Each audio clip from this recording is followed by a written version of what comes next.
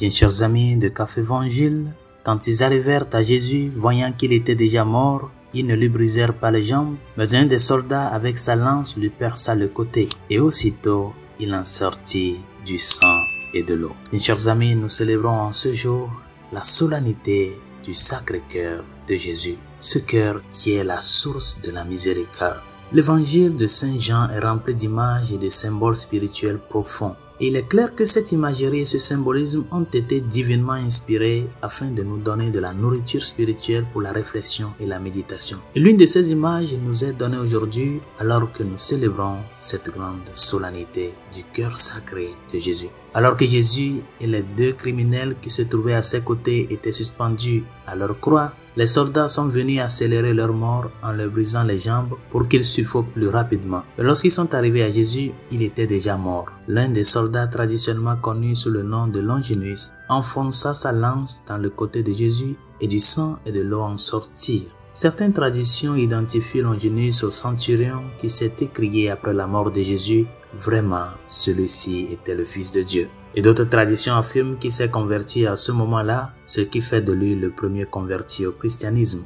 D'autres traditions encore affirment que Longinus ne voyait pas bien et que le sang et l'eau du côté de Jésus ont coulé sur ses yeux, le guérissant. Que ces traditions soient vraies ou non, nous savons que le côté de Jésus a été transpercé et que du sang et de l'eau ont coulé. Chers amis, le symbolisme de cet acte était plus qu'un simple symbole humain. C'est un instrument de la profonde réalité spirituelle qui se déroulait à ce moment-là. Lorsque le cœur sacré de Jésus a été transpercé, le sang et l'eau qui en ont jailli représentaient la nouvelle vie sacramentelle de l'Église. Le sang était la très sainte Eucharistie et l'eau était le don du baptême. Et lorsque le Seigneur a rendu son dernier soupir et remis son esprit, le sacrement de la confirmation a été conféré. Chers amis, lorsque nous célébrons ces sacrements aujourd'hui, il est facile de les considérer comme de simples symboles de ce à quoi nous participons. Mais dans notre tradition chrétienne, les sacrements sont bien plus que cela. Le symbole est aussi la réalité. Il est l'instrument de ce qu'il symbolise. Par conséquent, chaque fois que nous assistons à un baptême ou que nous participons à la très sainte Eucharistie, nous sommes mystiquement présents avec Longinus, ce soldat-là, recevant la grâce et la miséricorde de notre rédemption, se déversant du côté blessé de Jésus afin de nous guérir et de nous rendre entiers. Le cœur humain est physiquement parlant un organe corporel chargé de pomper le sang. Mais d'un point de vue spirituel, étant donné que nous sommes à la fois corps et âme, le cœur humain est aussi la source de notre vie. Sans lui, nous mourrons physiquement et spirituellement. Il en va de même pour le cœur sacré de Jésus. Ce n'est pas seulement un cœur physique qui a été physiquement transpercé par la lance il y a longtemps. Il est maintenant aussi la source de notre vie spirituelle permanente. Et sans le cœur sacré de Jésus miséricordieux, nous mourrons dans nos péchés.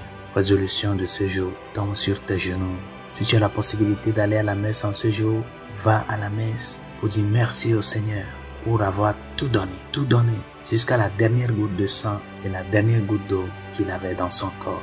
Il a tout donné par amour pour toi. Demande-lui de te baigner avec ce sang et cette eau qui ont sorti de son côté, de te laver de tes péchés en t'approchant du sacrement de la réconciliation et surtout de te donner la grâce de vivre pleinement des trésors de la vie spirituelle que tu reçois à travers les sacrements, spécialement de l'Eucharistie et de la pénitence. Bonne journée, Dieu vous bénisse.